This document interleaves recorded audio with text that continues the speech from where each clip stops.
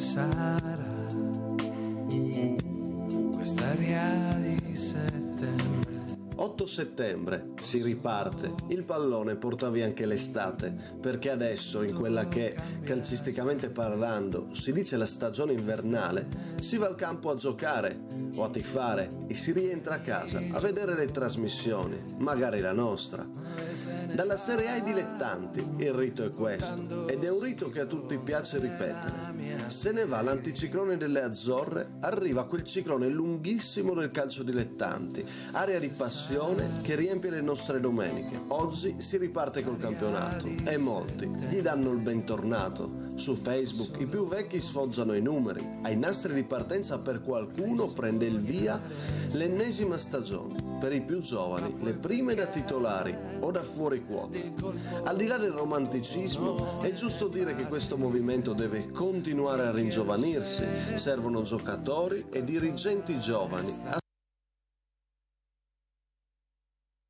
Perfetto, servono giovani e serve Massimo Ralina che è ancora un po' giovane, visto che non ha 30 anni, va bene così. Il servizio non era finito, chiudeva dicendo bentornato campionato, peccato che non è finito, quindi va bene così, però noi ci siamo, bentornato al campionato e a Federico Francioni, che questo signore qua, con lo studio nuovo, il numero 10 sopra le sue spalle. Ciao Francio. Ciao, buonasera a tutti.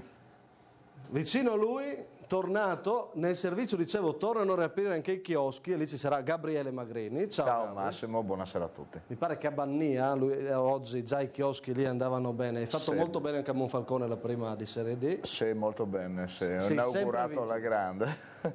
Poi dobbiamo parlare anche di un Magrini ritornato sportivissimo, vediamo delle immagini in esclusiva.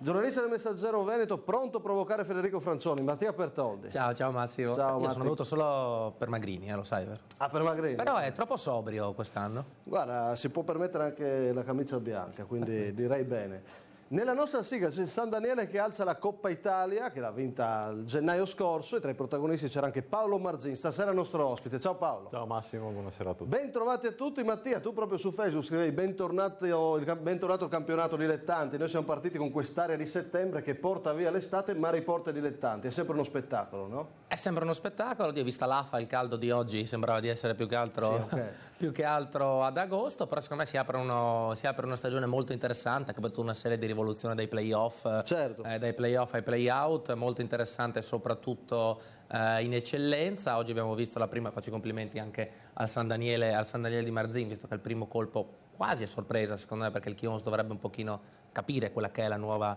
realtà, e poi credo che parleremo anche col Francio dopo di un campionato di interregionale che con gli ultimi arrivi, bravo, è il uno vento del sud, qualcosa potrebbe cambiare, insomma. È uno degli argomenti, gli arrivi in Serie D che sono stati importanti. Partiamo proprio dal campionato interregionale. L'ultima battuta, Francio, sul servizio dicevamo, quello d'apertura, movimento un po' da ringiovanire, quello del calcio dilettanti. Ne parliamo così a inizio stagione, poi via con i gol, via con gli argomenti.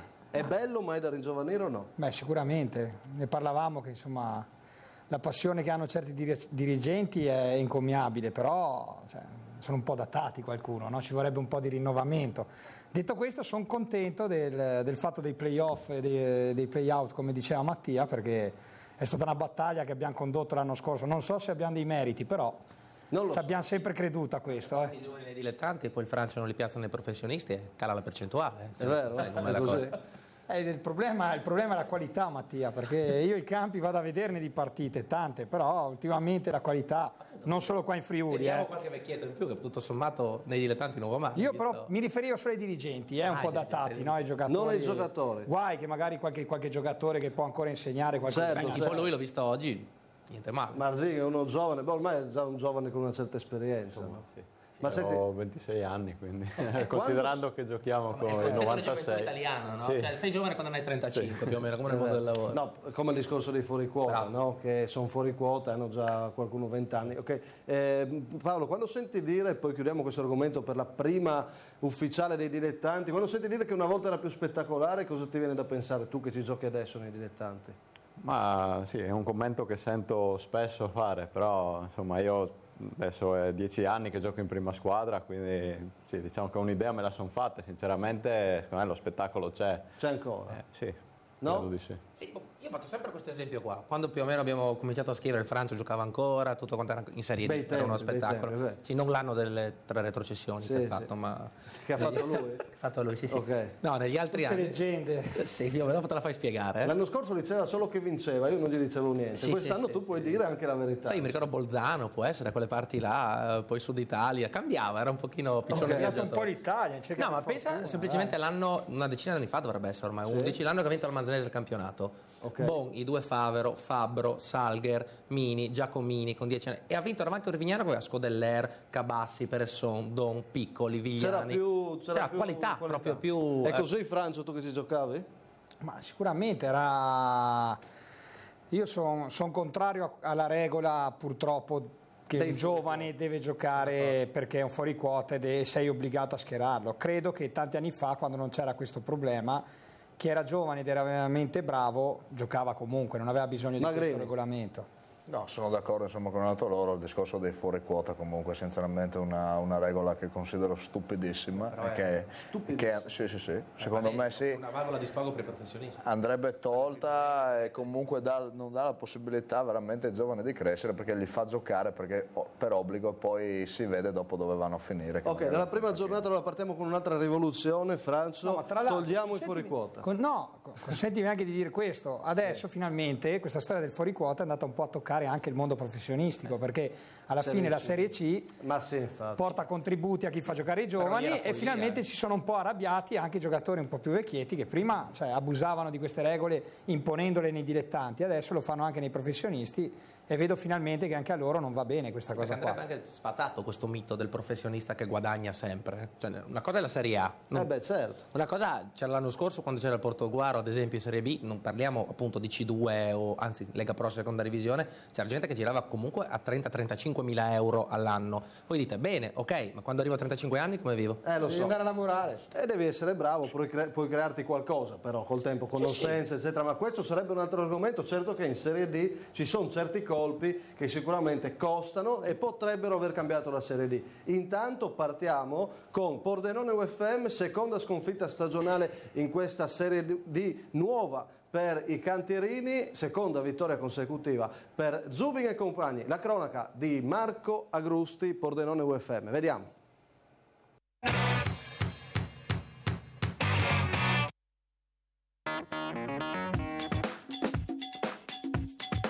Non si incontravano in Serie D da 23 anni, era la stagione 89-90, era il girone D. Il Pordenone retrocesse da ultima, il Monfalcone si salvò per pochi punti. In mezzo quasi un quarto di secolo di storia, non sempre una storia felice. Oggi eccole lì, una contro l'altra per una partita che è tutto tranne che banale. E quindi Berzotti, bello lo scambio con Zanardo al limite dell'area, Zanardo ancora va in mezzo, va giù, non c'è niente, secondo l'arbitro si lamenta Zanardo, mani tra i capelli. Arriva anche Zubin a protestare con l'arbitro. Però ancora dentro per Zanardo, Zubin, che bella! Zubin!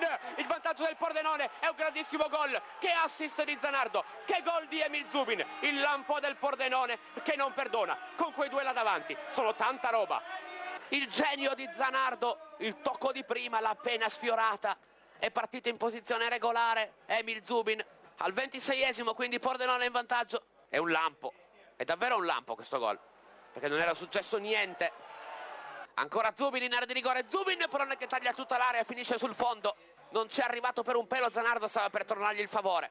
Le due Z, Martincic che fa un gran numero, poi Fabris si gira ancora di prima per Acampora, su Fornasier, Acampora passa, Acampora mette a sedere anche Nicolini che poi si rialza. Che giocata di Daniel Nicolini.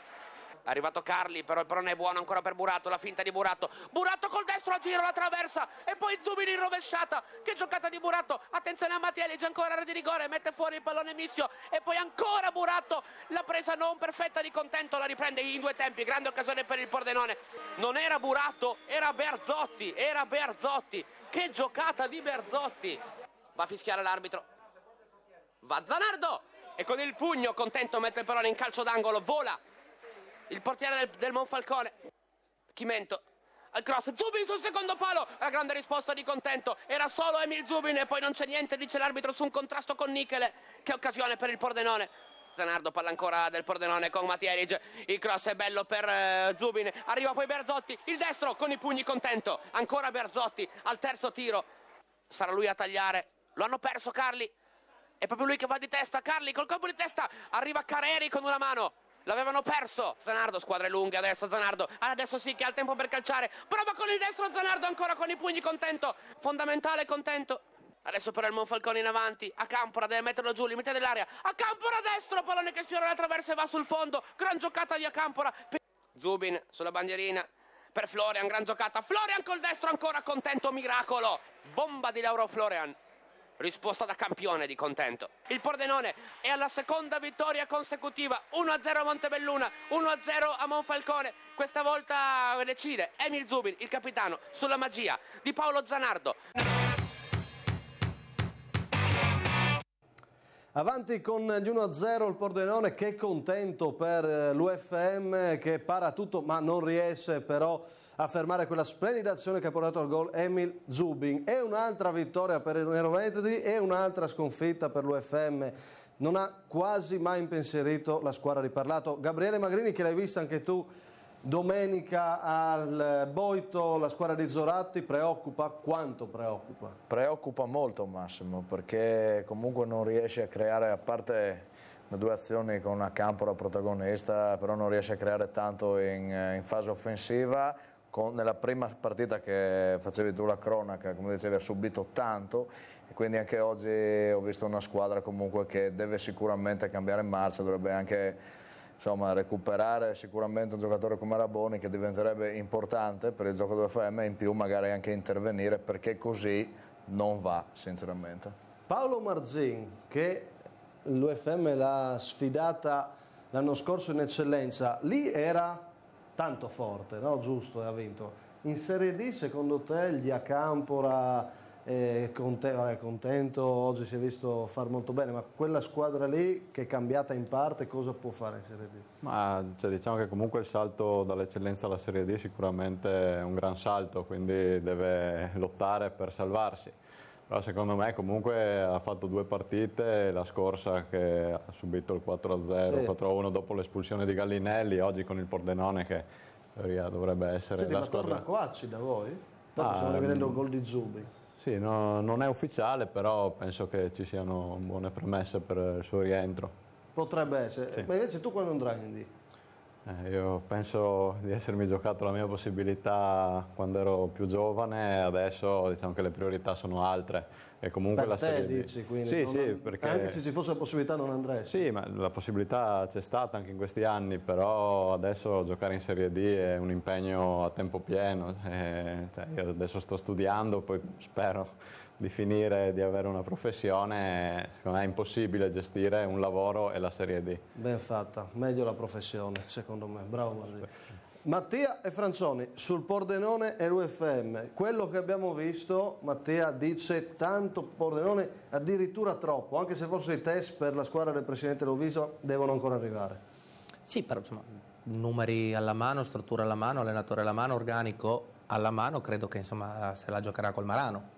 A meno che non succeda qualcosa di imponderabile, come spesso è successo a Pordenone, in cui hai cambi di allenatori non molto logici, decisioni prese un pochino così di pancia e senza troppo ragionare a mente fredda, però come struttura e tutto credo che quest'anno se la possa giocare. Zanardo, il gol che abbiamo visto lo costruiscono i grandi giocatori. Sì, e manca Maccan. E manca Maccan che ce n'ha per un mese circa. Sì, però voglio dirti, hanno una batteria, poi mi sembra anche che è fondamentale, ma i fuori quota in Serie D si sa che incidono parecchio in una struttura di squadra, mi sembrano tutti validi e in grado di fare ampiamente la categoria. L'UFM invece nella scelta di mettere un grande portiere come Contento, però titolare, poi ti porta ad averne 4 under fuori. Però lo toccheresti Contento tu? Lo toccherei a seconda di cosa posso modificare. A me l'UFM sembra che in questo momento manchi molto in prima linea, anche nel senso deve rientrare a Raboni. Sì, ma però non so, Raboni non so quanto bomber sia in Serie D. Basta Raboni, Franzo? A mio avviso no, perché anche l'anno scorso comunque Raboni a Trieste non è che in eccellenza, quindi un campionato che secondo me è 2 livelli sopra. Però l'ho visto in formissima, si è allenato molto bene al di là dell'infortunio. Questo per l'amor di Dio, però... Più in forma di te. Beh, guai se no, lui gioca, è anche più giovane di me, quindi... Beh, insomma, il discorso è... Hotel l'ho visto bene. Il discorso semplicemente è che il Monfalcone ha sfruttato quello che era il suo budget a disposizione. Non sempre, d'altronde le differenze sono tra le squadre che possono spendere e tra le squadre che non possono spendere. Le squadre che possono spendere possono andare sui giocatori migliori, le squadre che non possono spendere devono essere molto bravi ad individuare magari quei giocatori che sono passati inosservati e prenderli. Monfalcone in questo momento davanti ha bisogno come il pane di un attaccante, cioè, secondo me gli manca proprio il giocatore che gli possa garantire determinati gol, che poi sono quelli che fanno la differenza in Serie D. Molto chiaro. Io adesso vado in pubblicità e rientriamo parlando proprio dei giocatori che costano, come abbiamo detto, e che potrebbero cambiare la Serie D. Vedremo quanto secondo voi. Il titolo ce l'abbiamo, ne parliamo dopo la pubblicità. Se in regia sono pronti, quello che abbiamo chiamato effetto Bonazzoli, no? Perché è stato il grande acquisto del Marano Vicentino. Oggi il Francio era proprio lì a guardare la sfida vinta con la Sacilese per 1-0. Diciamo effetto Bonazzoli se c'è, altrimenti andiamo in pubblicità. Dai, torniamo dopo, pubblicità.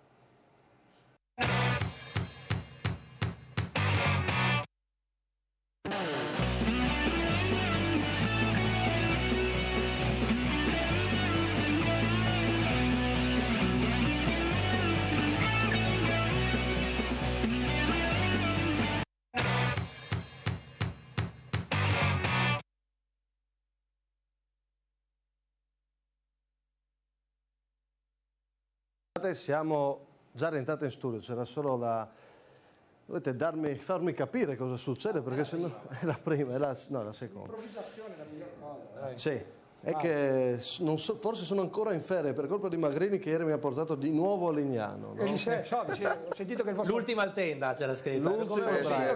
Ma non è stata l'ultima, era la penultima, poi l'ultima. Io ho sentito che il pranzo è durato da mezzogiorno fino alle 18. Mi hanno raccontato di un Ferragosto al tenda bar di Magrini a Radina. Ok, parliamo di Bonazzoli che dovremmo avere questa volta al titolo, non torniamo sulle nostre performance. Effetto Bonazzoli, io ci metto un punto di domanda per capire, lì Bonazzoli è ancora con la maglia della Sampa, anche se lui è con la Regina, no? Che ha fatto la differenza in Serie A, ed è un grande acquisto del Marano Vicentino. Poi c'è Godeas che è andato a Trieste, lo sappiamo. Ha sbagliato un rigore la prima. E ha sbagliato un rigore la prima, è vero. Poi chissà, Motta a Tamai lo scopriamo trasmissione facendo, c'entra Franzoni. Prima però abbiamo chiesto a Pordenone, addetti ai lavori, intervistati da Marco Grusti, l'effetto di questi acquisti sul campionato della Serie D, e fanno un po' paura ai neroverdi che è una delle squadre favorite in assoluto di questa categoria. Vediamo.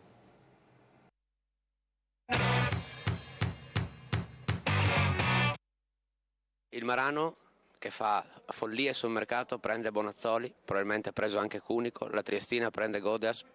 Vi fa un minimo paura oppure testa alta e non vi interessa niente? Ma guarda, la miglior cosa è avere rispetto degli avversari, ma soprattutto pensare a casa nostra. Noi, diciamo così, con qualche errore del passato abbiamo cercato di costruire una squadra importante con giocatori di categoria che conoscono molto bene la categoria, e devo dire che poi secondo me anche il valore aggiunto di quest'anno i giovani. Avete visto i giovani anche oggi, tutti i 4-5 che hanno giocato, 6. Sono giovani di qualità e soprattutto sono giovani di prospettiva, credo che sia importante. Però noi facciamo la nostra strada, non è per essere retorico, ma credo che giocando così con questa determinazione e attenzione, ripeto, perché di solito i campionati li vincono sempre chi ha la miglior difesa.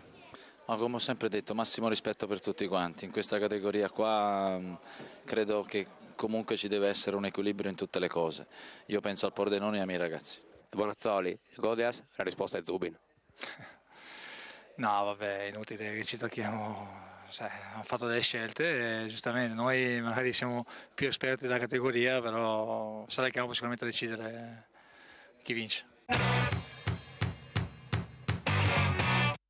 La risposta di Emil Zubin è interessante, ma soprattutto la domanda di Agrussi, no? La risposta è Zubin Lovisa è parlato, giustamente hanno risposto in maniera abbastanza retorica. Noi non dobbiamo farlo. Allora, adesso il Pordenone deve temere o no queste squadre? Francione, vai.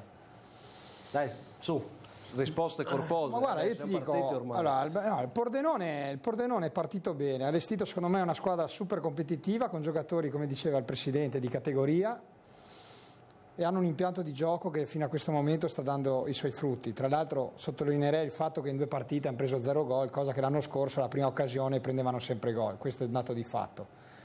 Se poi tu mi dici che il Marano, dalle disponibilità economica che hanno, sono andati a prendere un giocatore come Bonazzoli che l'anno scorso giocava in Serie B, è sicuramente un super colpo, però non è che un giocatore, a mio avviso, cambia la squadra. Ok, sono d'accordo. Nel senso che a Bonazzoli o anche allo stesso Godias comunque devono essere innestati, cioè ci deve essere chi gli crossa i palloni, chi li mette in condizioni di fare a Marano ci sono, tu che l'hai viste oggi? A Marano in questo momento ci sono 33 giocatori, il che comporta una difficoltà mostruosa per un allenatore, perché dover allenare 33 giocatori insieme significa veramente una cosa quasi impossibile. Hanno dei giocatori di altre categorie, perché veramente Cunico, è stato preso anche Cunico, che qua sottovalutiamo, comunque un giocatore che a Portogruaro ha dimostrato tutto il suo valore. Hanno un giocatore come Dal Dosso che ha sempre giocato in C1, hanno costruito una corazzata, però sono tutti giocatori nuovi, hanno tenuto un po' dell'ossatura dell'anno scorso che ha vinto l'eccellenza, visti oggi li ho visti dal vivo, non mi hanno fatto una grande impressione, nel senso che la Sacilese avrebbe meritato almeno il pareggio, se non la vittoria. Il Marano mi è sembrata una squadra stile, concedimi il paragone, l'Inter di Moratti dei primi tempi, dove andavi a prendere dei giocatori sicuramente fortissimi, che però messi in campo poi diventavano delle grandi individualità, ma poco gioco corale. Benissimo. E che si vede. Buon per il Pordenone. Allora la domanda è, quindi resta ancora al Pordenone la favorita numero 1 per Toldi? No, insomma, adesso la favorita numero 1 lasciamolo al Marano. Organico, alla Marano, che va bene per scaramanzia, per tutto, non mettere troppe pressioni su una piazza come Pordenone, benissimo. Dove sono una decina d'anni che si tenta di tornare in Serie C, per una maniera o per l'altra non ci arrivi. Chiaro che, come giustamente diceva il Francio, Cunico, Bonazzoli, Dal Dosso, tutta sta gente qua, ma sì, uno devi metterli in campo. Sempre tenendo, rodaggio ci vorrà, no, ma anche sempre tenendo in considerazione i quattro under. Sì, e poi c'è Ferretti anche. Ti dico che visti oggi, ad esempio, i 2 under che hanno giocato sull'esterno hanno fatto veramente molto male. Poi ti faccio una provocazione. A lui o a me? No, in generale. Scusa, apro e chiudo parentesi, poi ti lascio. Io l'ultimo che mi ricordo veramente aver fatto una differenza enorme, tanto vero che poi a gennaio se n'è andato in Serie D, era Orazio Erpen a Chioggia. In 19 partite, se non ricordo male, del girone d'andata, quando era Chioggia Sottomarina, con tutta la colonia argentina varia, tanto è vero che dopo sono andato a Venezia in C1 quell'anno, anzi Serie B, l'anno che è retrocesso il Venezia dal B alla C1, ha fatto 18 gol in 19 partite. L'esempio è quello. Ma non parliamo di un dinosauro che ricordo un Chioggia Manzanese con doppietta di Erpen, doppietta di Francione. Francione è rimasta a Manzana e retrocesso. Poi qualcuno è andato in B però. Peccato, davvero, il peccato è che non c'eravamo noi con le immagini, perché se no le mostravamo. Ma di solito facevo io le cronache, le sentivo sempre dal Francia. La provocazione che volevo fare è il fatto che comunque comprare tutti questi giocatori, sicuramente dalla classe sopraffina, però anche dalla carta di identità elevata. Un direttore sportivo di cui non farò il nome, prima al telefono mi ha detto: bene, che prendano chi vogliono, ma devono prendere anche chi corre per questa gente qua. Esatto. Mi ricollego a quello che dicevo prima di Erpen, aveva 26 anni quando era a Chioggia, comunque non 35, magari viene Perché non dimentichiamoci che l'anno scorso la San Bonifacese, sulla falsa riga un po' del Marano, aveva costruito comunque una squadra con tanti nomi, però un po' datati, alla fine alla lunga sono arrivati quarti. È vero. Allora, però la favorita numero 1 per scaramanzia, dice Pertordi, resta il Marano Vicentino. La favorita numero 1 è il Pordenone, Marzini, secondo te, guardando la Serie D da qua? Sì, io non seguo molto la Serie D sinceramente, ma sentendo però sentendo diciamo, i nomi e altro, però sono d'accordo con Pertoldi che è meglio lasciare favorita ad altri. Marano, così. Sono 3 anni di Guidolin qua. Ok, ma infatti io credo che Lovisa non ci tenga ad avere completamente il ruolo di prima favorita, però vuole andare su vuole andare su di categoria, ha un'ottima squadra, è inutile ripeterlo. Ti piace anche a te, Francione, più di quella dell'anno scorso? È più quadrata dell'anno scorso, perché quest'anno ha preso anche dei difensori, cosa che l'anno scorso li abbiamo un po' criticati perché alla fine... più logica sempre. Certo. Ok, ma è la favorita numero 1, no? Per chiudere il giro di questa domanda dopo gli acquisti super del Marano Vicentino, ma anche a Trieste di Gonas. Il presidente Rovisa spero non si arrabbi con me. Dai, il discorso è questo: Pordenone bisogna un attimo solo verificarlo quando, e nel corso di un campionato si verificherà, arrivano le prime difficoltà. Okay. Allora, se si riesce a mantenere un certo tipo di equilibrio e si va avanti tutti compatti, allora io credo che questo possa essere l'anno giusto del Pordenone. Se magari, come negli anni passati, alle prime difficoltà comincia un po' di polemica, cambio di giocatori, cambio di allenatori, magari si va a danneggiare. Se il presidente Rovisa ci guarda, lo scorso anno ha fatto malissimo, proprio al l'esonero di Sonceng, sì. Ma non perché non è contro Rossetto, anzi lo stimo come allenatore, però proprio tu modifichi anche secondo te vuole un po' di logica nelle cose. Però quello è passato, dai. Tornando al presente, io dico che il Pordenone ha tutte le carte in regola per vincere questo campionato, e il discorso del Marano Vicentino mi sembra un po' come quello delle figurine, no? Questi giocatori messi lì magari senza grandi idee sul dove andare, quindi il Pordenone ha un'idea precisa quest'anno e ha l'obiettivo dopo tanti anni di vincere il campionato, è una squadra strutturata per farlo ed è la miglior squadra fino a questo momento. Tra l'altro ho letto un'intervista del presidente del Marano sul giornale di Vicenza, dice non ho dubbi, arriveremo primi. Il presidente oggi è molto convinto di vincere. Detto questo, calma, dico una chicca, che poi tanto chicca non è. L'anno scorso nel Trento a dicembre sono stati presi un certo Aimo Diana, che penso abbia fatto una carriera forse anche superiore a Bonazzoli, c'era Zamboni, ex difensore dell'Udinese, c'era De Zerbi, trequartista. Il Trento è retrocesso a fine anno, quindi non è che coi nomi si vincono i campionati, poi bisogna andare in campo e dimostrare. Champions conclusi, l'anno prima, giusto per... Molto chiari. Ok, di Serie D ne abbiamo parlato ampiamente già in questa seconda puntata, prima però con anche i dilettanti, e adesso si parte con i dilettanti. L'ultima cosa, vi ricordo anche che martedì parte tutto campo dedicato alla Serie D, il nostro speciale settimanale con approfondimento lo condurrà Marco Agrusti, che è il nostro inviato a Pordenone. Vi ricordiamo anche la collaborazione con la Suterno Rovere, tutte le partite del Pordenone su FUG Sport Channel. Dimmi solo, perché devo passare all'eccellenza, qui tocca tanto a Marzin, abbiamo Gemonese Cras, San Daniele Chions da dare un'occhiata. Motta Vatamai? Diciamo che domani ci sarà un incontro decisivo, dai. Ok, domani c'è un incontro decisivo, però anche questo è un giocatore che può spostare gli equilibri, no? Vabbè, senza dubbio. Tra l'altro il Tamai, ti dico questo, il Tamai è partito bene, 4 punti in 2 partite. Se riesce a mettere dentro un giocatore come Simone Motta, che poi io ricordo bene che a Tamai sono bravissimi ad accogliere gli ex professionisti e a fargli rivivere una seconda giovinezza, il Tamai potrebbe essere un outsider, come lo sarà.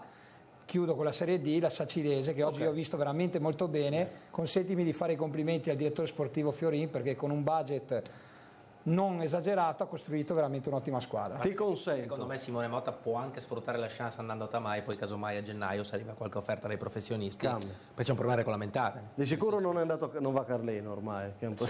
non credo, francamente. Che partita male, ecco, torniamo adesso. Ecco, per dirti, scusami se facciamo un po' di mercato, però Simone Motta, a mio avviso, adesso c'è il Tamai soprattutto, però poteva essere un elemento per il Monfalcone. Per il Monfalcone. Perché il Monfalcone davanti ha bisogno come il pane, secondo me, di una lo so, è vero. E lì spostava forse gli equilibri. Poteva essere quello che Cabiner è stato per la Manzanese qualche anno fa. Forse per l'eccellenza un po' ancora troppo Motta. Per l'eccellenza, insomma, adesso con tutto il rispetto c'è una differenza tra la Serie D e l'eccellenza che è abnorme. Potrebbe farti 20 gol, 25. Infatti. Comunque, ne parliamo poi ancora martedì. Tra l'altro Tamai che ha compiuto 40 anni, tanti auguri, una società... Una festa bellissima. Mi hanno detto una festa bella, poi una società che è stata, diventata un modello. 20 col Francio. Ho giocato un anno solo, mi chiamava tutte queste feste, sono così contento, si mangia, si beve. È stata una società modello negli anni, Tamai questo di va riconosciuto. Allora, ho fatto la battuta del Charlize, rivediamo la classifica, la classifica no, perché la prima giornata non è che ci cambia la vita, ma i risultati dell'eccellenza sì, partita in ritardo, Fontana Fredda Tolmezzo, e mi avevano segnalato la vittoria del Fontana Fredda per 2-1. Vediamo innanzitutto se abbiamo aggiornato i risultati dell'eccellenza, ma anche per ricordarli ai nostri telespettatori e per cominciare a commentarli. È una delle prime immagini che recuperiamo arrivano dal Simonetti di Gemona, dove la Gemonese ha perso 2-1 col Cras, tra l'altro con un rigore dubbio. Tutto da vedere, insomma, mentre noi ne discutiamo. Allora, con calma la regia, ecco che ci prepara i risultati. Questi sono i risultati definitivi, quindi con la vittoria anche del Fontana Fredda. La vera sorpresa, Marzin, di questi risultati che hai visto oggi, qual è?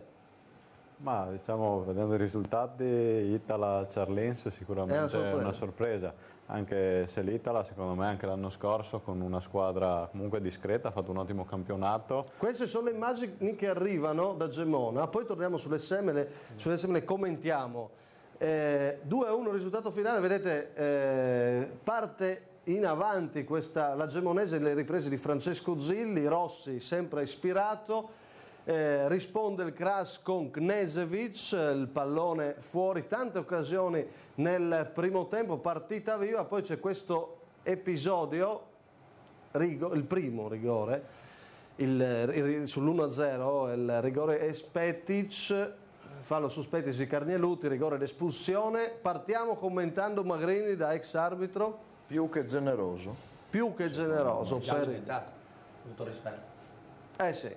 Però mi hanno scritto espulsione, c'era doppio giallo. Doppio giallo. E Grujić trasforma, poi però la Gemonese...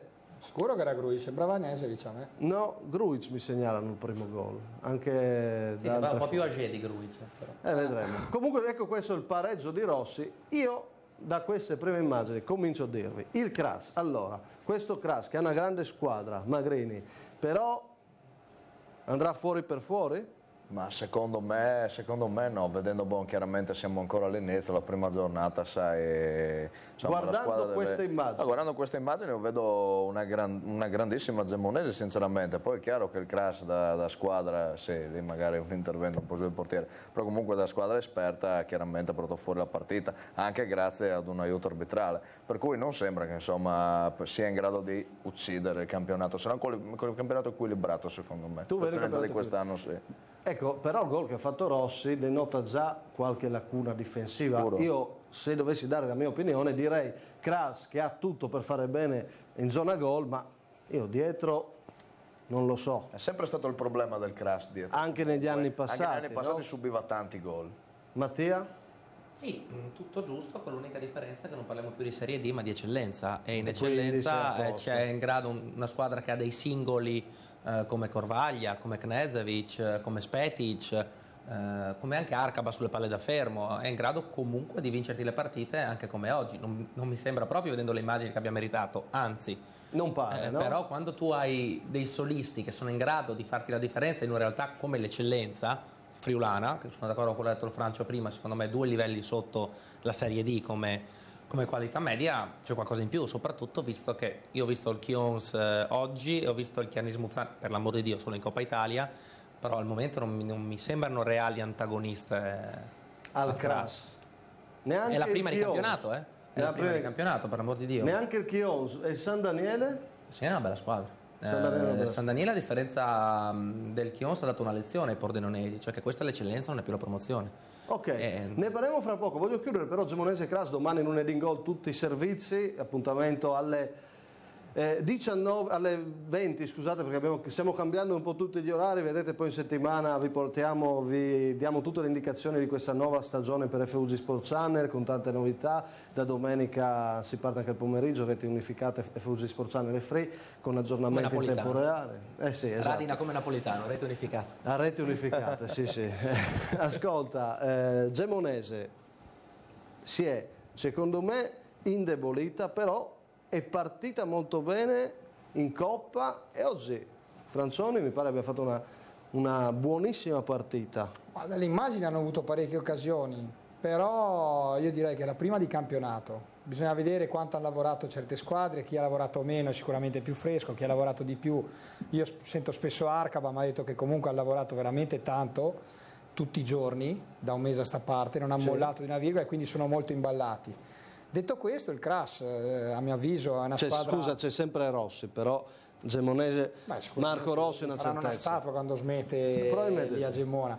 No, detto questo, secondo me è un problema di equilibrio il Kras, perché è una squadra molto offensiva e chiaramente dopo, quando perdi palla, non rientrando tutti, prendi quelle imbarcate come il gol di Rossi.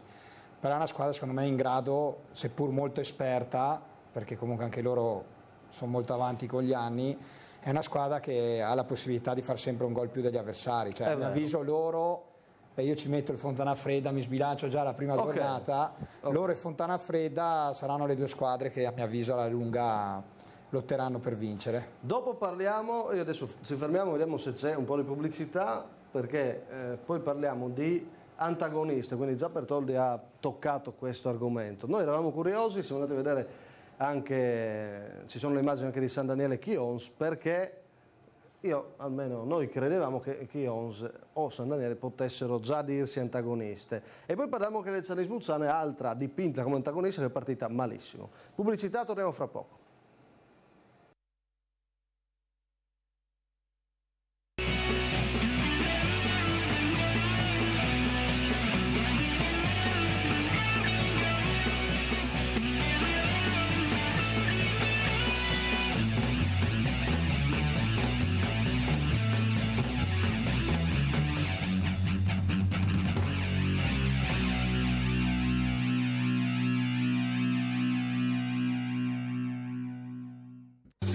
Nuovo ristorante Antica Osteria ai Tubi.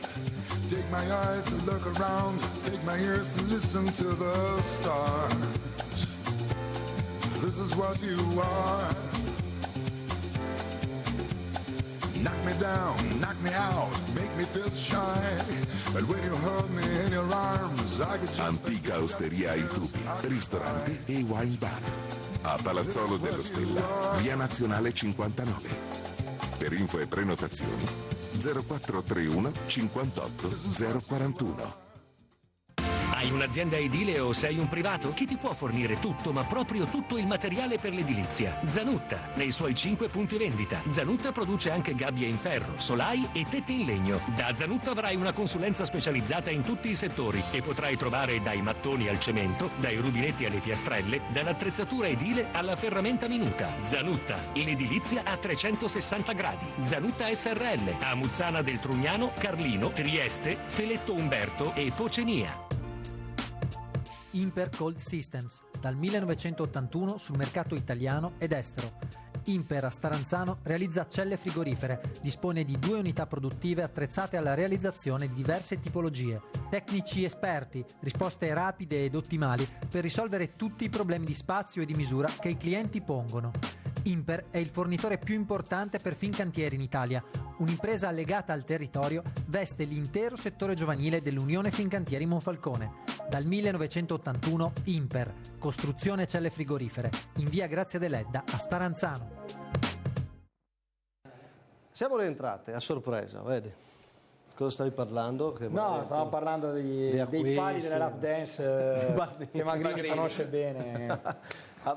Perché poi c'è anche promozione, Severiano Torriscosa, immagini anche da Barnia prima in promozione per questa società, però a colpire non è una squadra ma i pali della lap dance, giusto? È una cosa che insomma non penso che si veda di frequente nel mondo dei dilettanti. Quindi... qualcuno sosteneva che l'abbiano messi oggi per te. No, invece no. Okay, mi hanno riferito che anche l'anno scorso gli avversari avevano piacere di andare a giocare a Barnia per questa curiosità. Perfetto, bene. Allora, pronti per parlare di San Daniele Chions, vediamo i gol a Rivignano fra poco, dove Monnes, l'ex spietatissimo, torna a Rivignano e fa doppietta con la sua nuova squadra che è la Manzanese.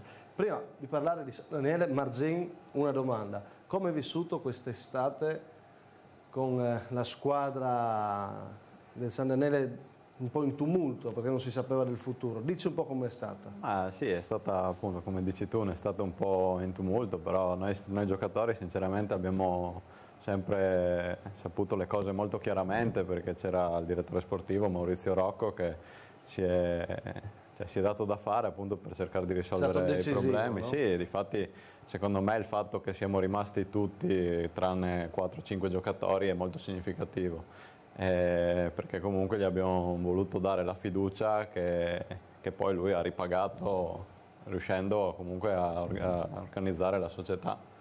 Dicevo del Rivignano. È rimasto il presidente? È rimasto Fantinello o no?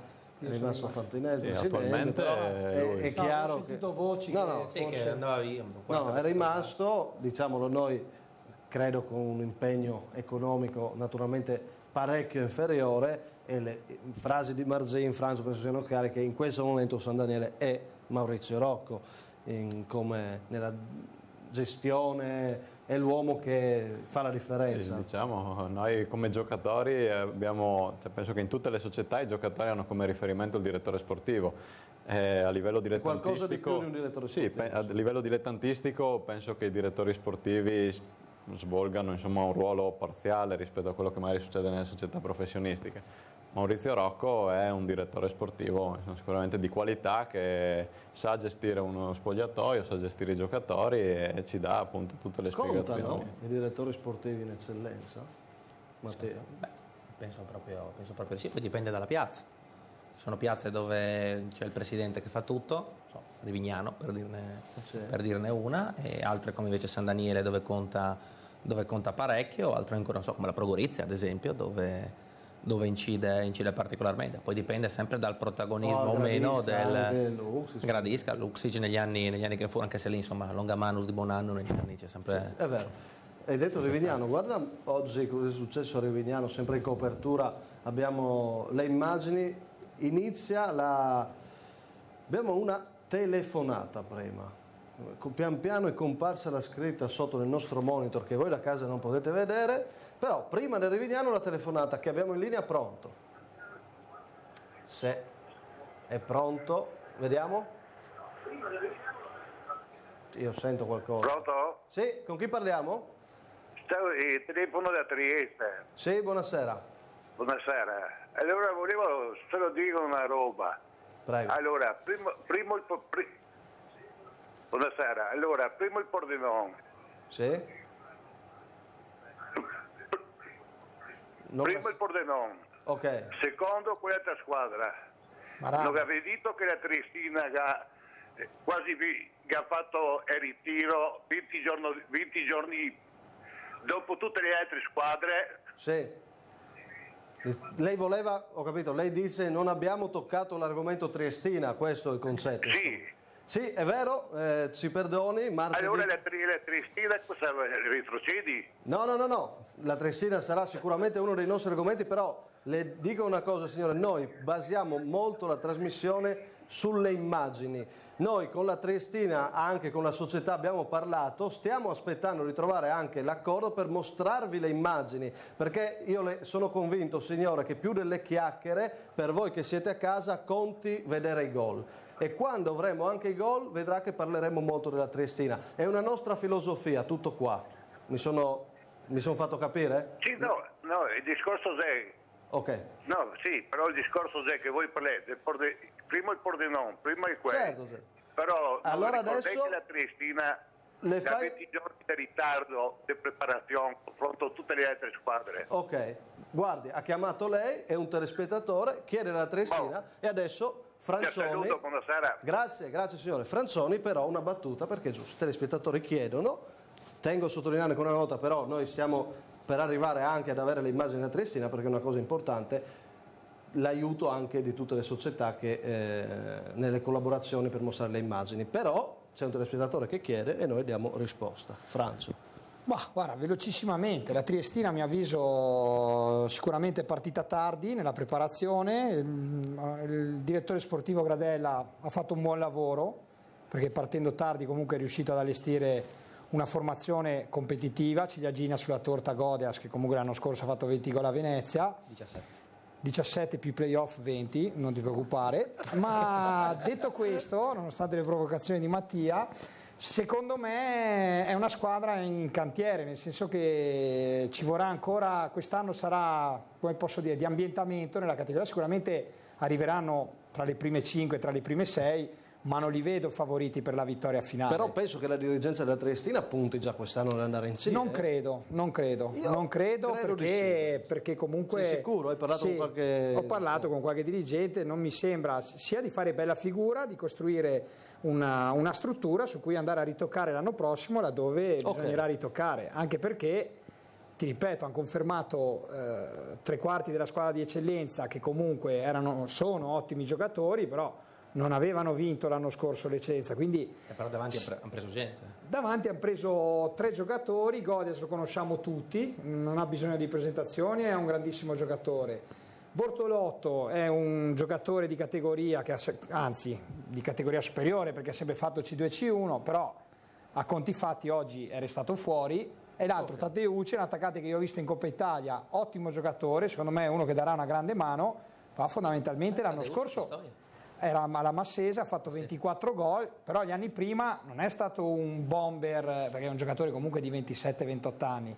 Quindi secondo me la Triestina quest'anno farà un campionato, ci toglierà delle soddisfazioni, ma non lotterà per vincere. Chiarissimo. Torniamo in eccellenza, andiamo un attimo a Rivignano prima di spostarci a Collorero di Montalbano dove ha giocato San Daniele. Era la giornata del ritorno di Monnes subito alla prima Rivignano, eccolo qua, lo vedete, Monnes dopo 2 minuti, corner, arriva prima di tutti e fa il gol dell'1-0, gol lampo.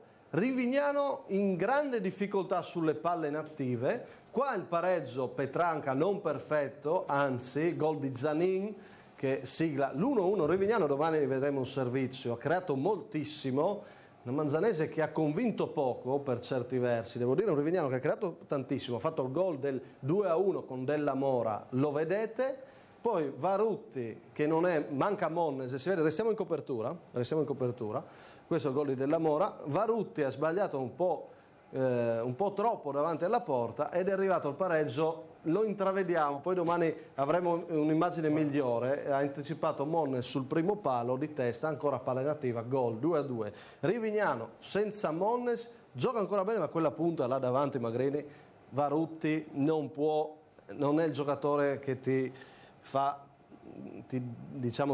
tot gol per magari anche pensare a una salvezza tranquilla. Tu come la vedi? Sicuramente no, io vedo Rivignano come hai detto tu quest'anno, ma è sotto gli occhi di tutti in grandissima difficoltà, insomma. Anche sotto ha fatto un'ottima partita, Rivignano. Ha giocato bene, come abbiamo visto nelle immagini, magari vedremo meglio, però comunque ci sono delle lacune che è difficile rimpiazzare, a parte Mone, insomma anche Giacomi in mezzo al campo penso che sia un deficit enorme, lo stesso Tomizza, comunque Ventrice, cioè giocatori importanti per il Rivignano e quindi sì, li ha rimpiazzati, però vedremo, io vedo, sì, magari può lottare per potersi salvare, però ce l'avrà dura fino alla fine secondo me la squadra presente Paroni. Mattia Pertolli l'ha vista in Coppa, io ho visto una Manzanese molto in rodaggio. Tu che Manzanese invece hai visto a suo tempo, 2 settimane fa? Io, vedendo anche le immagini, più o meno sulla falsariga di oggi, c'è una Manzanese che con l'Union gioca bene a calcio, sì. Provano a giocare. Oggi ci ha provato e basta, a me è sembrato così. Ok, però pecca in ingenuità incredibili, sì. Dal portiere che a me onestamente non piace, lo dico per Mordia 94, tutto quello che vuoi, però non lo vedo molto sicuro, ha degli errori difensivi della coppia centrale dovuti proprio all'età media bassissima della squadra. A Carlino in Coppa Italia c'erano 5 fuori quota in campo, hanno cercato di ovviare prendendo Komac, questo sloveno che ha giocato ai mondiali. In ombra oggi il numero 10. Anche lì bisogna capire se si è allenato in quest'estate, certo. Non si è allenato, tutte queste cose qua. È arrivato Buttignaschi, davanti hanno preso Basso, che però non so quanto oggi giocato. Ecco, quanto possa incidere. Dicono che dovrebbe arrivare ancora qualcosina dal mercato sloveno. In prima linea ultimamente, ma sì, c'è Vogric che ha abbastanza contatti oltre confine, poi il fatto che sono comunitari ti dà una mano anche, sì, ovviamente. Sì. Hanno preso Komac loro? Sì. 79. Esatto. Tu leggessi ogni tanto gli articoli che scrivono. Il Messaggero, anche quelli di Radina in casa. Il Messaggero e il Gazzettino. Mi hai dato buco, è vero. No, okay. Dai, non importa. Il Messaggero e il Gazzettino a grado non si comprano. No, si legge solo il Pizzul. Vabbè. No, ti dico, quello è. Però onestamente mi sembra che abbia qualcosina in più del Rivignano di adesso. Ecco, onestamente parlando. In teoria sì. Soprattutto perché ha uno come Monnes che secondo me segna anche in eccellenza una buona vagonata di gol. Ecco, Monnes, poi un commento, poi cambiamo di nuovo argomento per chiudere sul Rivignano. Io ho visto il Rivignano Magrini della promozione che gioca bene, però effettivamente alla lunga peserà questa assenza della punta. Ma pesa sicuramente sì, l'anno scorso, comunque anche l'anno scorso si creavano tantissimi presupposti per andare a segno, poi ovviamente avevi la punta tipo come Monnels che nonostante tutto l'anno scorso comunque non Oggi ha fatto una stagione eccezionale, mancava Pinzin, assenza fondamentale. Sì, ma l'anno scorso Monnels lo criticavamo perché sbagliava troppi gol, quindi adesso non si può rimpiangere Monnels perché la prima però ne partita fa anche. Ma ne fa anche, ma non sto dicendo che l'anno scorso lo criticavamo. Perché lo criticavi tu, no, io no, Monnels l'ho sempre apprezzato. Però allora ti posso dire che anche in Coppa Italia alla finale Varutti è un ottimo giocatore ma sbaglia tante volte tanto. nel momento decisivo. Non so se ti ricordi che la finale di Coppa Italia con San Daniele come gli ha tirato le orecchie anche Flaborea, non era contento. È vero. Allora diamolo via e fa 2 gol all'esordio al Mazzanese. E quel calcio è questo. La Coppa Italia Lumignato. Un Monnels in eccellenza. Poi è un giocatore che può fare la differenza perché è appunto una prima punta che non tante, che poche squadre hanno. Diciamo per quello, secondo me, per quanto riguarda Rivignano, il problema è che deve cambiare filosofia di gioco, cioè passa da una squadra con un Monnels davanti che comunque è la prima punta di peso su cui vanno tutti i palloni. Adesso vedevo per esempio Varutti davanti che è un giocatore di movimento. Sì, certo. Però ho visto un Rivignano che giocherà molto sulla ripartenza, no? E in questo può essere ancora pericoloso perché hai Zanin, hai Pinzin quando giocherà, Varutti stesso. Non è così scontato, non è così facile da incontrare Marzin, non so cosa ne pensi. No, ma appunto. Mezzo che ha giocato. Oggi c'era Pagnucco. Appunto, cioè, secondo me se giocherà. Sì, io non li ho visti giocare, però cioè, anche se non hai una prima tu l'hai punta di incontrati peso. però l'anno scorso anche. Già l'anno scorso un po' facevano paura quando partivano. Sì, sicuramente, però appunto ripeto, con un attacco di movimento dove non hai prime punte vere, se hai la capacità di fare inserimenti pericolosi o altro, puoi sicuramente far paura. Insomma, Rivignano è una neopromossa, è vero che sono andati via 2 o 3 giocatori, però secondo me comunque non è... Le assenze dei Triestini sono importanti. Cosa bisbigliavate? Stavo dicendo a Bomagrini che Rivignano gioca col finto 9, no? Con la spagnola, con Varutti che fa lo specchietto per la Lodore come prima punta. No, mi stavo lamentando perché vorrei fare un appello ai dirigenti nostrani. Pagnucco, basta. Grazie. Basta Pagnucco. Pagnucco è un grande. Nel suo bar è grandissimo. Ma no, dai, questo Pagnucco se ti sta vedendo deve chiamare assolutamente. Domani mi chiama e mi insulta, no, già stasera mi insulta. No. Ma sa che gli voglio bene, dai, sto scherzando. No, è un'istituzione, Pagnucco. Chiaro che ha fatto la promozione, adesso è da vedere in eccellenza come si comporterà. Per me è un centrocampista sempre importante. Le immagini di San Daniele Chions, e ne parliamo. Mattia oggi era lì, Marzin ci ha giocato. Possiamo dire una cosa in assoluto, che l'acquisto più importante Marzin del San Daniele in questa stagione, arriveranno le immagini fra poco, è stato Marco Nardi? Sicuramente, ma lui come appunto, è la prima punta di cui parlavamo prima, quella che ti assicura un certo numero di gol. Però sì, ripeto, quello che dicevo prima, secondo me l'acquisto sono stati tutti i giocatori che sono rimasti lì a San Daniele. Scusa, questo Cicuti fa una parata pazzesca. Sì, qua, sì. E quindi... Avevi paura di Pero su di lui, secondo te? Domani ci sarà il servizio completo, stasera non so se il buon Francesco Zilli ha recuperato anche la parata su Marzin di Peru che sottolineava Bertoldi. Però Marzin, diciamo, questo è il gol di Nardi, no? Questo è il gol dell'1-0. Voi adesso come vi sentite? Però dopo, abbiamo detto, l'estate tribolata, ma è ancora un San Daniele, voi siete ancora convinti di essere il San Daniele che ha vinto la Coppa, che magari può giocare tra le prime 4, magari guardare anche il primo posto, oppure no? Ma noi, ripeto, il fatto che sia rimasto quasi tutto il gruppo dell'anno scorso è molto significativo, perché siamo una squadra che si conosce, che insomma ha una certa filosofia di gioco. E poi l'anno scorso è vero che abbiamo vinto la Coppa, dove però erano partite secche, siamo arrivati fino ai quarti di finale. Però in campionato siamo stati a contatto con le prime due, tre, insomma, Monfalcone e Triestina fino a un certo punto, poi nel momento in cui loro hanno accelerato, noi siamo rimasti indietro. Quindi paghiamo un po' comunque il fatto, secondo me, che siamo anche una squadra abbastanza giovane, quindi per restare a contatto con le prime dovremmo essere bravi a gestire un po' i momenti di difficoltà, quello che si diceva anche prima, per esempio del Pordenone, ma sì, ho visto 2 parate, però era sempre Cicutti. Sì, ma è sempre la stessa.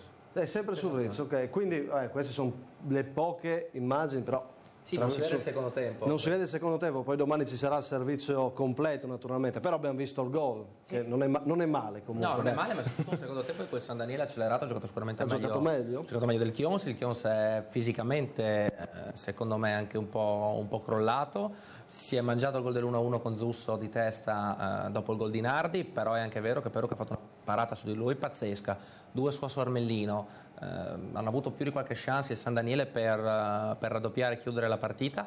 Secondo me è anche una bella lezione per il Chions questa. Ho visto una squadra con la Polonese un pochino troppo sulle punte dei piedi, probabilmente siccome hanno fatto un mercato di un certo tipo, siccome si dice che appunto potevano, visto la batteria di attaccanti che hanno, puntare in alto, probabilmente potranno anche, però è una lezione questa. L'eccellenza non è più la promozione, se sbagli 3-4 gol o comunque 2-3 gol e dopo a gente come Sormellino, come Nardi o come lo stesso Marzino, lo stesso Ostolidi, adesso non so mai capito come si pronunci, lasci il mezzo metro, ti paghi, insomma non vai a giocare con tutto il rispetto, magari non so, Pozzuolo. Che vabbè, Pozzuolo per dire. È sempre nel suo cuore il Pozzuolo. È sempre nel suo cuore, però ha giocato 8 anni, almeno quello. Tu hai dirti una cosa di San Daniele? Sì. Dimmi del San Daniele. Io sono quasi... Voi potete dire tutto. Sono quasi scusa una parola così, dispiaciuto del fatto che hanno avuto quest'estate tribolata, perché Rocco, che ritengo uno dei dirigenti più preparati, stava costruendo pian pianino un giocattolino che a mio avviso avrebbe dato quest'anno, se non avessero perso sia Coaci che Galilei, adesso magari Coaci rientra dentro, ma sentendo anche i 2 ragazzi, se non ci fosse stata un po' l'estate un po' così tribolata, probabilmente non avrebbero neanche accettato la richiesta del Monfalcone. È stato un peccato perché ogni anno, vedi, il primo anno si è salvato Rocco con difficoltà, partendo con 5 scopi. Il secondo anno mette dentro comunque Marzin, che secondo me in eccellenza è uno dei migliori centrocampisti che ci sono. Che oggi ha fatto il difensore centrale. Ecco, quindi è polivalente per necessità. Quest'anno, se non fosse successo questo, sarei stato curioso di vedere che colpo aveva in serbo il direttore e con una squadra già rodata e tutto, mettendo un pezzo alla volta, secondo me quest'anno loro potevano essere, vabbè, adesso forse Coaci rientra. Oggi mancava 800 e Muffato, giusto? Però è anche vero che per stare, diciamo, attaccato al Crass, per la favorita, bisogna anche vedere che tipo di panchina hai, perché quando cominci a avere squalifiche, infortuni, spero che non mi si rompa mai nessuno, per l'amor di Dio, però è vero. In una stagione sono cose che accadono, se cominci ad avere difficoltà di ricambio, dopo è lì che perdi. Però c'è squadra che ogni anno si metteva un rinforzava pian pianino e alla lunga c'erano molto giovani. Andrea Osso. È arrivato Andrea Osso, che comunque verso il 93, un buon giocatore. Però c'è stato un momento, mentre stava finendo la stagione scorsa, che la sensazione era che Rocco appunto fosse già pronto ad intervenire sul mercato in maniera importante. Si parlava di un San Daniele che potesse diventare una squadra da primo posto. Voi avete intuito questo momento e poi che c'è stato questo passaggio forse inaspettato? Sì, noi a fine del campionato scorso comunque avevamo tutti la speranza di continuare e l'ambizione di rinforzarci. Ma c'erano le voci di un rinforzamento importante? Sì, sicuramente, perché insomma le cose... Girava già Francioni per San Daniele. Sì, tornava Francioni. No, nel senso aveva lì a mangiare il prosciutto. Aveva bisogno, che aveva un mangiare il prosciutto, quindi me lo confermi, insomma, Paolo. Sì. Però poi sappiamo come è andata, però resta un buon San Daniele. Ma dicevamo le favorite, prima di andare per l'ultimo stacco pubblicitario, poi andiamo a chiudere con altre immagini, le immagini da Bannia soprattutto. Ma mi hai ripreso tutto, anche i particolari? No, quello non ho potuto riprenderlo perché dovevo venire in trasmissione. Colpa mia quella. Devo lasciarti libero. No, partivi alle 9 così arrivava. Ma sai che se ne va dopo, non si ferma neanche a mangiare qualcosa. Veramente? Sì, ti spiego dopo. L'artisanese, l'ultima non posso mancare. Alza le mani. Ubi Maior minor cessa, Magrini. Vabbè. Andiamo a chiudere con questa cosa. San Daniele, abbiamo detto, ha usato un'affermazione per togliere, ha detto, per inseguire il Cras, ha messo il Cras lì. Ma mi dite se c'è o no una vera antagonista al Cras? L'ho appena detto, Fontana lui te l'ha detto, sì, Francioni, ma io non sei solo tu ospite, Francio. Magrini. Insomma, io aspetterei anche nel dare per morto comunque il Charles Muzzane, perché visto che insomma come si è mosso il mercato, io direi che potrebbe anche dire la sua. Chiaramente non c'è probabilmente un gap, io ti dico il campionato sarà equilibrato, però comunque lo vedo il gap tra l'esperienza sicuramente dei giocatori del Cras rispetto agli altri. Scusa, quindi... però una domanda con sé e voglio una risposta secca da te. Se a Gropp gli prende un raffreddore, no? Che ce l'ha attualmente, no? Sì. Perché non ha giocato. Cioè, chi fa gol del Sardins? Questo è un problema, Franz, ma credo insomma che Gropp, a parte adesso questo piccolo problema, rientrerà, insomma farà più. Comunque anche uno da mettergli a fianco, voglio dire, adesso è arrivato Fuscello, no? Fuscello. Fuscello è più un trequartista, non è un giocatore, è più un giocatore da ultimo passaggio. Magari puoi andare anche a modificare quello che è il modulo, no? Giocando con Fuscello dietro la punta. 4-2-3-1 con Marangone dietro spaccaterra, almeno quello che ho visto in Coppa. Oggi non ho visto l'eroe. Fuscello lo metti al posto di Marangone per forza, o lo metti al posto di Cecotti e tieni in panchina Cecotti Coccetta. Quindi non vi convince il Charles Muzzane? No, non è che non ci convince, secondo me mancano dei tasselli per essere una squadra competitiva. Intanto oggi l'ISM, che secondo me è una squadra più che dignitosa per fare un campionato tranquillo, ha vinto 3-1, cioè la partenza è molto preoccupante. Però abbiamo visto anche insieme la partita con la Manzanese del Charles Muzzane di Coppa Italia. Tu vedi una squadra, come poi ho visto a Lumignacco, che non gioca bene a calcio, almeno al momento, non so se deve metabolizzare il nuovo schema, i nuovi movimenti, tutto quello che vuoi, però aveva dalla cintola in su una serie di giocatori che ti risolvono le partite, buono conto piuttosto che tardivo, cioè la qualità del singolo. Sì. È chiaro che secondo me arriva in alto, però non so dirti ma comunque se comincia a perdere qualche vuole vincere la Coppa Italia, quindi... va bene, ma voglio dire, se perde qualche punto nei confronti del Crassi in un campionato a 16 squadre va via, già cominciano ad esserci 5-6 punti di differenza, dopo diventa difficile anche riprendere. Fontana Fredda non ha vinto mai. Cioè anche per questione di esperienza, il Cras è andato solo, Fontana Fredda è sempre arrivato lì ma non ha mai vinto il campionato. Sì, ma magari Fontana Fredda se fa bene, il Cras fa l'ascensore ogni volta. Fontana Fredda è una squadra interessante. Lo so, quello è un altro problema. Fontana Fredda adesso ieri ha firmato Visentini, insomma hanno una squadra non male, di tutto rispetto, Roman del Prete, Moras. C'è un centrocampista che a me piace, che è Tonizzo, che giocava è andato anche lui a Fontana Fredda. Beh, insomma, allora non è male, dai. No. Però voglio chiudere, perché era la mia opinione, voglio condividerla e voglio essere contestato. Ma il Chiosa ha potenzialità per arrivare in alto o no, da quello che hai visto oggi? Quello che ho visto oggi, secondo me no. No? È una squadra che lotterà per salvarsi? No, è una squadra a metà classifica onesta. Marzin, cosa ne pensi? Sì, sono d'accordo, comunque è una neopromossa, poi vabbè, io conosco l'allenatore, conosco diversi giocatori. Quindi l'allenatore è un allenatore importante. Sì, ma difatti sicuramente faranno bene, perché comunque i giocatori ce li hanno, poi ripeto, l'allenatore è bravo, saprà sicuramente gestire bene lo spogliatoio. Essere antagonista per vincere il campionato, quello non lo so. Un pochino troppo. Mi pare che siete tutti d'accordo. Vedremo. Però soprattutto per la cintola dei due centrali, siamo visto un pochino in difficoltà oggi. Difesa, Santa Rossa e Denadai. No, perché davanti non sono male. Come hanno giocato oggi, però, curiosità? Mancava Candussio dietro. Anche Candussio. Sì, mancava Candussio e anche Paciulli davanti, per amor di Dio. Però, che oggi mancava. Però non so come giocherà poi Vittorio. Oggi che modulo ha fatto? 4-3-3. Un 4-3-3. Messo Vriz e Francescutto davanti ai fianchi di Bertuzzo. Poi tolto Bertuzzo, ha messo attacco.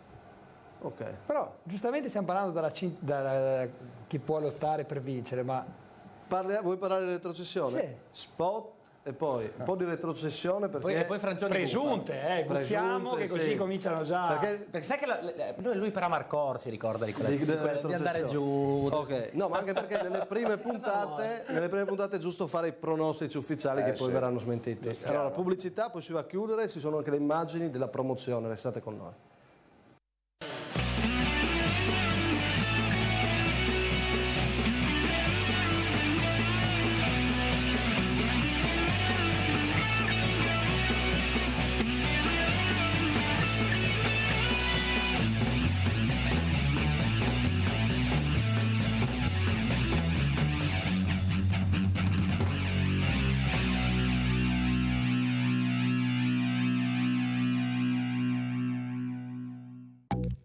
Cerchi un'idea originale? Scegli Roberto Tonizzo a Codroipo, che da più di 20 anni propone ai suoi clienti soluzioni creative e di qualità, specializzati nella produzione di timbri in gomma incisi al laser, targhe, cartellonistica. La nostra clientela abbraccia tutte le categorie, dal privato all'artigiano, agli enti pubblici.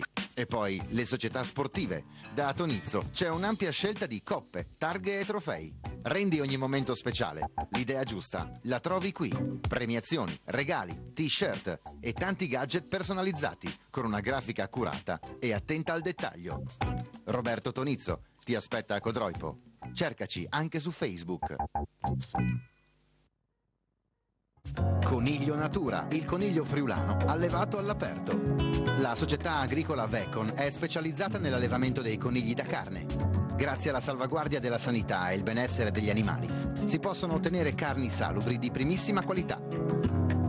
La linea Coniglio Natura comprende l'arrotolato, le cosce, gli hamburger, la cacciatora e per saperne di più visita il sito www.coniglionatura.com. Un prodotto di altissima qualità e di assoluta eccellenza sulla vostra tavola. Coniglio Natura. Scegli il coniglio friulano allevato in un'oasi verde.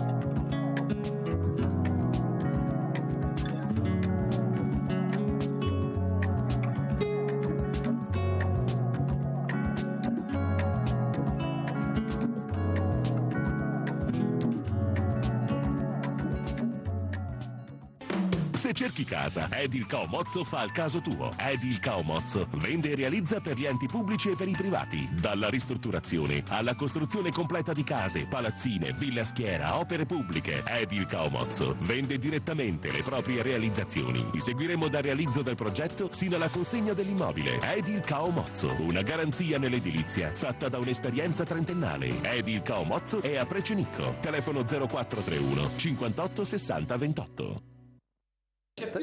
Scusa, non c'è più. Non ti avvisano quando arrivi. Tu devi imparare a stare attento. Per sentire le segate che tira il Francio. Ma che segate? Io mi stavo informando. Il fuori onda continuiamo a parlare di una squadra che, non so, forse non gli sta simpatica, il Brian, perché ha perso 3-1. Parlane. Tu devi stare attento perché poi in diretta devi. No, io mi ricordo le promesse che ha fatto il presidente, che l'anno scorso, nell'ultima puntata, ha detto che lui quest'anno farà uno squadrone a vincere. Ok, stiamo parlando di promozione.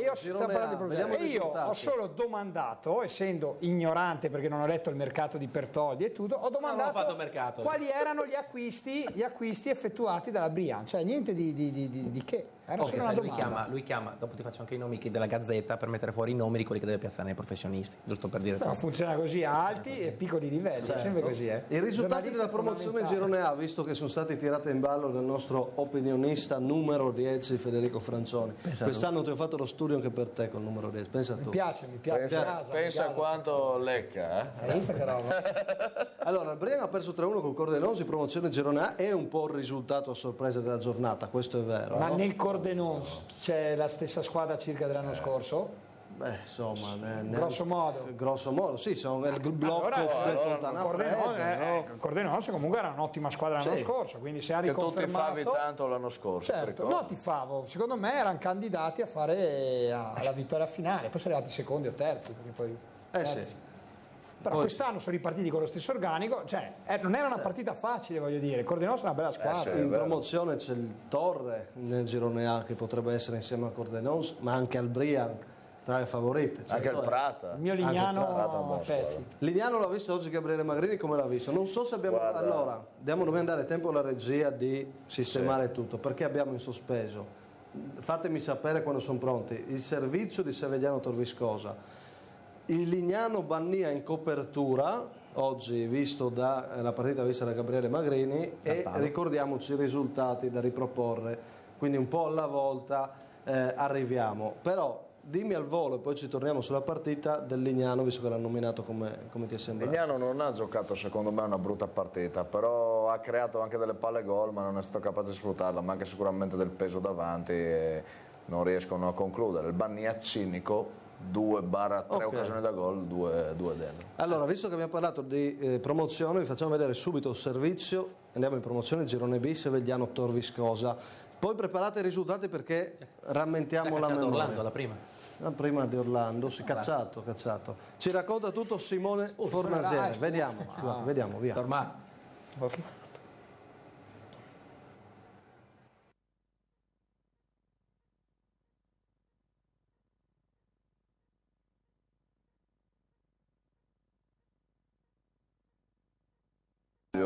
occhio.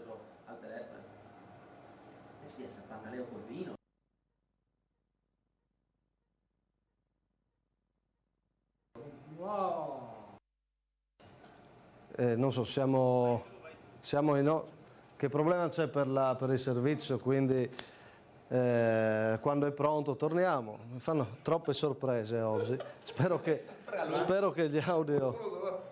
Non ho capito bene la considerazione del Francia. Non so, non ci torniamo sopra, non so l'audio. Prima mi hanno fatto un complimento che riesco a improvvisare, però anch'io finisco le cartucce. Aiutami tu, che sei un bravo. Devi aiutarmi a improvvisare. Di cosa parliamo adesso? Stavamo parlando tu saresti un conduttore importantissimo, quindi... Una volta. No, quindi di cosa potremmo parlare? quello che ci interessa da vicino, cioè, del Brian. No, a parte le battute, adesso dovrebbe... non abbiamo un audio nel servizio. Ok, non c'era l'audio nel servizio. Torniamo... No, nel senso, giustamente si faceva anche un ragionamento, no, a bocce un pochino fermo durante il servizio, che al Brian forse manca una punta, o comunque una vera prima punta, chiamala come, però secondo me... Però hai visto che c'è quello amabile che è interessante. Sì, è interessante. È amabile. No, è interessante. Io spero che quest'anno, insomma, un giocatore come Mattia Paolucci riesca ad andare quantomeno in doppia cifra, visto che comunque l'ha voluto fortemente Barel, come ha voluto Buriola, no? Insomma, hanno fatto una discreta squadra. Adesso, ok, va bene ragazzi, vediamo se stavolta ci siamo. Se vediamo Torviscosa con l'audio in teoria di Simone Fornasieri. No, parliamo della morosità.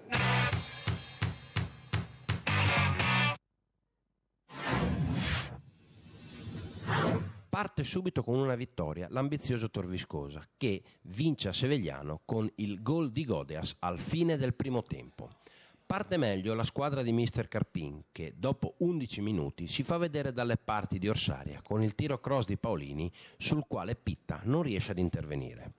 Fatica a crearsi buone occasioni il Sevegliano e al 38esimo riesce comunque a calciare verso la porta ospite con Calligaris che, dopo un'insistita azione, trova pronto Buso alla parata. Al 42esimo il Torviscosa passa. Triangolazione Godeas-Pitta-Godeas con quest'ultimo che, dal limite dell'area, batte Orsaria con un preciso destro. La ripresa vede ancora il Torviscosa buttarsi in avanti e al terzo è Michelin che costringe Orsaria in angolo con un delizioso pallonetto. Subito dopo, al 10°, è Ramos che per un soffio manca la deviazione sotto porta. Al 23esimo però è il Sevegliano ad avere la grande occasione per il pari, quando un generoso rigore concesso per una caduta in area di Bucolaz trova Buso a dire di no al tiro calciato centralmente da Calligaris. 3 minuti dopo il Torviscosa potrebbe chiuderla, con una veloce azione che Ramos finalizza per Michelin che tutto solo davanti alla porta siede Orsaria prima di calciare sul palo. È l'ultima occasione con il Torviscosa che guadagna i primi 3 punti della stagione.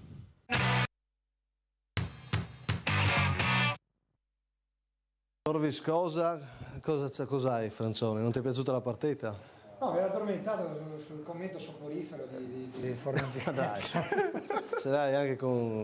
Lui almeno fa i commenti, no? Come te che vai a vedere partite per piacere ai giocatori che non piaci. Dai, Francio, su.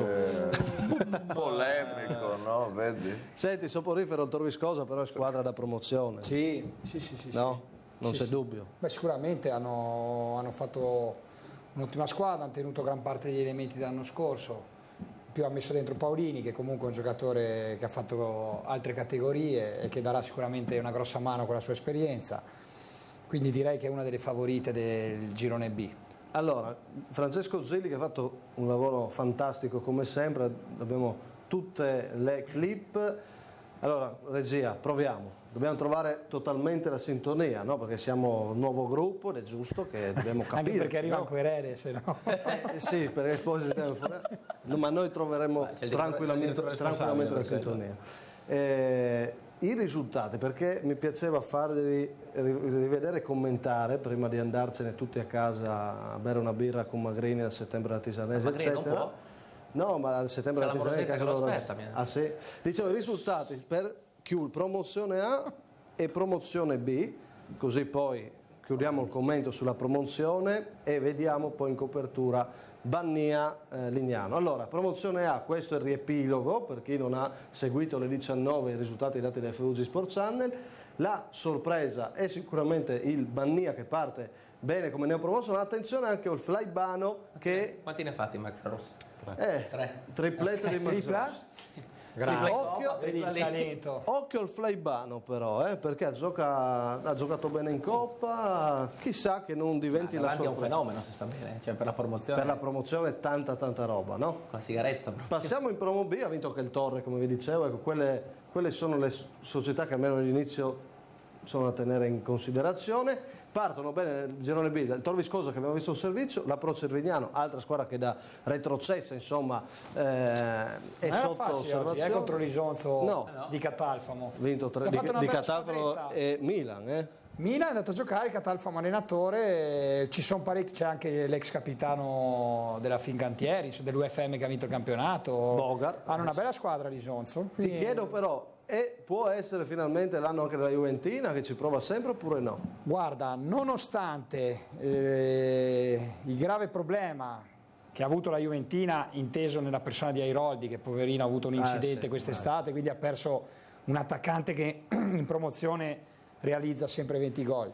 Apro una parentesi, auguri, perché ieri si è sposato, doveva sposarsi 2 giorni dopo l'incidente e ieri comunque si è sposato, quindi per fortuna. Bene, secondo me può essere. A proposito di auguri, gli facciamo anche a Favero, Alberto, neopapà.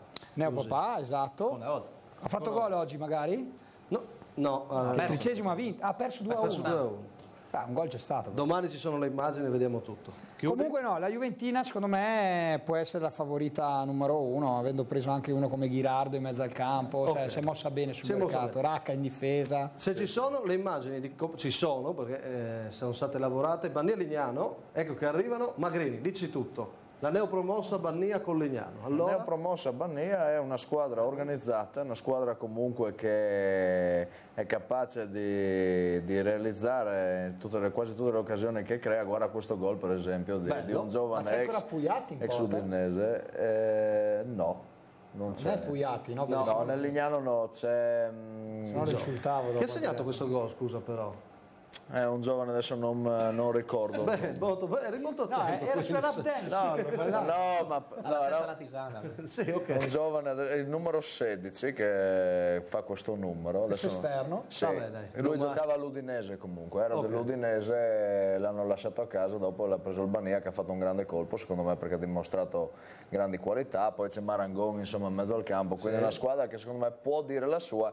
Magari non può puntare proprio ai primi posti, però una buona salvezza, un ottimo campionato può farlo, poi lì c'è un ambiente tutto particolare, c'è proprio il pubblico, ti senti come a casa, come piace a me. Quest'anno sai che seguiremo sicuramente Bannia, Fiume, Veneto, Bannia. Se non facciamo la rubrica dei chioschi lì, guai, poi mi hanno anche segnalato addirittura il serale, il derby, Fiume, Veneto, Bannia, fantastico. Sì. Ma hai fatto il chiosco? Non mancheremo. Non mancheremo. Come? Non ha fatto il chiosco? No, Magrini, il chiosco riparte. Il chiosco ho avvertito che passerò, chi di dovere, e quindi insomma, ripartirà fra poco. Sì. A me allietava ogni lunedì mattina quando tornavo a lavoro.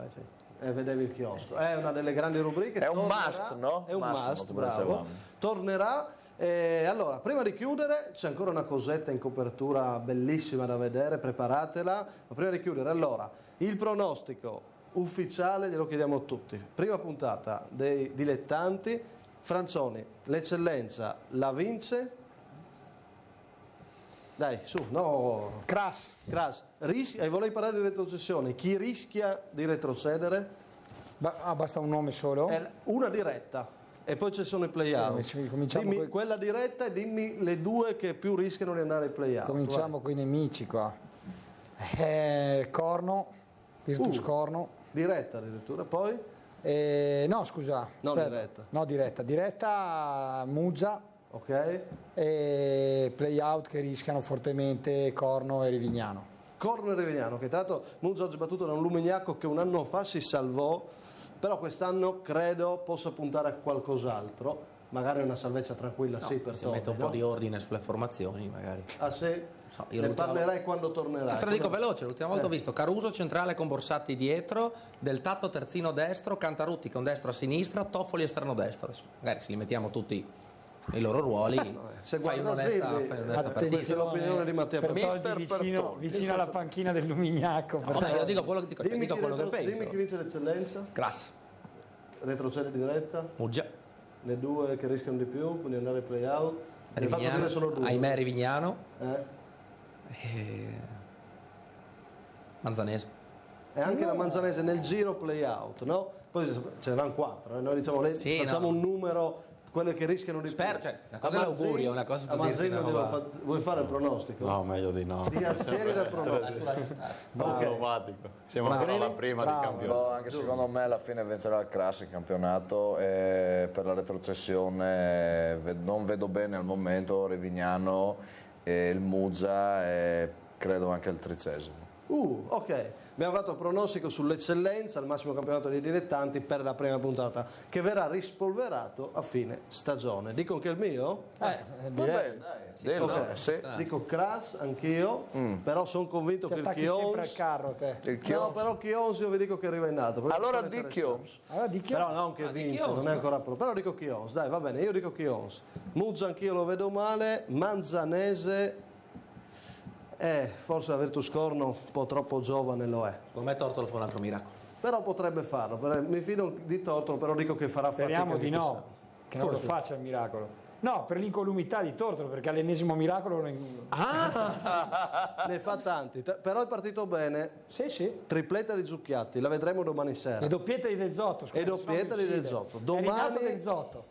È Rinato Del Zotto, è vero. Domani vediamo tutto a lunedì in gol. Allora, però prima di salutarvi, tra l'altro c'è anche la clip finale, voglio ricordare per gli appassionati del tennis che è tornato Gabriele Magrini, gioca per qualificarsi a Wimbledon, US Open davanti a un grande pubblico, parte male. Ma chi è che c'ha sto servizio? Parte male, era Magrini, questo è Magrini, guarda, no, va a rete, poi però Magrini comincia a imporre il suo destro, vedi, già imbattuto a mettere in difficoltà l'avversario, guarda il dritto. Bravo. Insomma, qua sbaglia l'altro. In velocità abbiamo un po' di... Avrei voluto vedere il colpo sotto. Attenzione, che si dava sui maroni magari. Questo è il gol, il punto. Ma che punto che ha piazzato? Lo fa correre. Lo fa correre. Sì, vabbè, ma sta giocando col suo padre.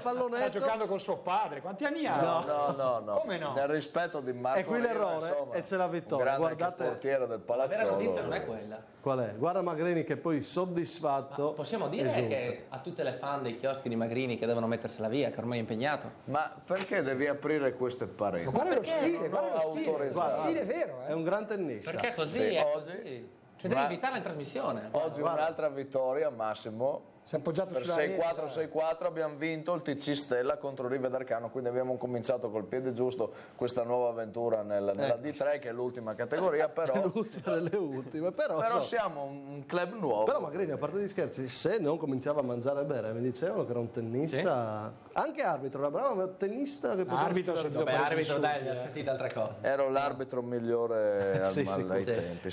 Lo dicono tutti. Allora, la notizia vera che ha detto Bertoldi sì che è impegnato, però anche ho paura un po' per i chioschi perché lui non può più bere e mangiare perché è un atleta, quindi vedremo come si comporterà. È una volta a settimana, però si può. La rubrica dei chioschi si concentra comunque sull'assaggio del miglior prodotto, la birra, quindi insomma verrà gestita. Tutti gli atleti gli è concesso una volta a settimana di evadere dalla dieta, quindi perfetto. Va bene, te la domenica. Allora per te hai permesso, grazie. Poi per asciugarti la coscienza domenica mattina un po' di tennis e via, perfetto. Sì.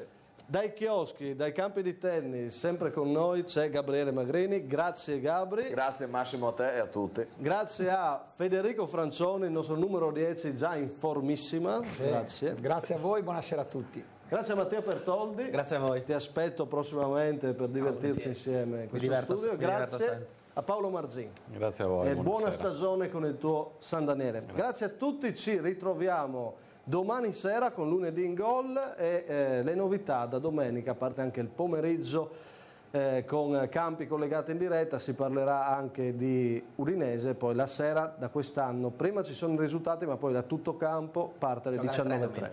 Chi? L'Udinese. Gioca alle in 3, casa col Bologna. quindi siamo tranquilli. Facile.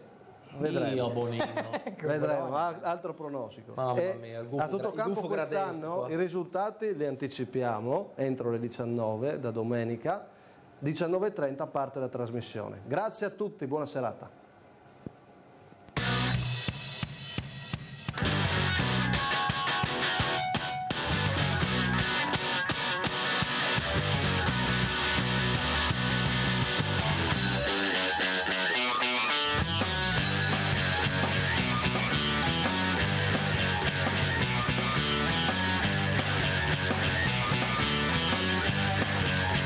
Although you're trying not to listen, but your eyes are staring at the ground.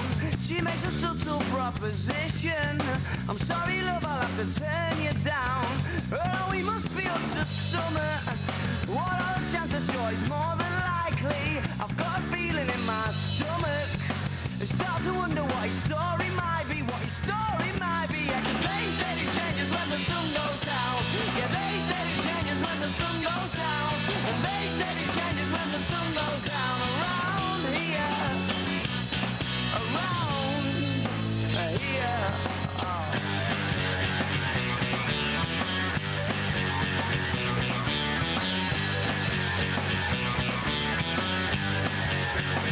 Look, here comes the Ford Mondeo. Isn't he Mr. Inconspicuous? And he don't even have to say, oh. She's in the stands ready to get picked up. Bet she's delighted when she sees him pulling in and giving her the eye. Because she must be fucking freezing, scantily clad beneath the clear night sky. It does stop in the winter now, and they said it changes when the sun goes down. Yeah, they said it changes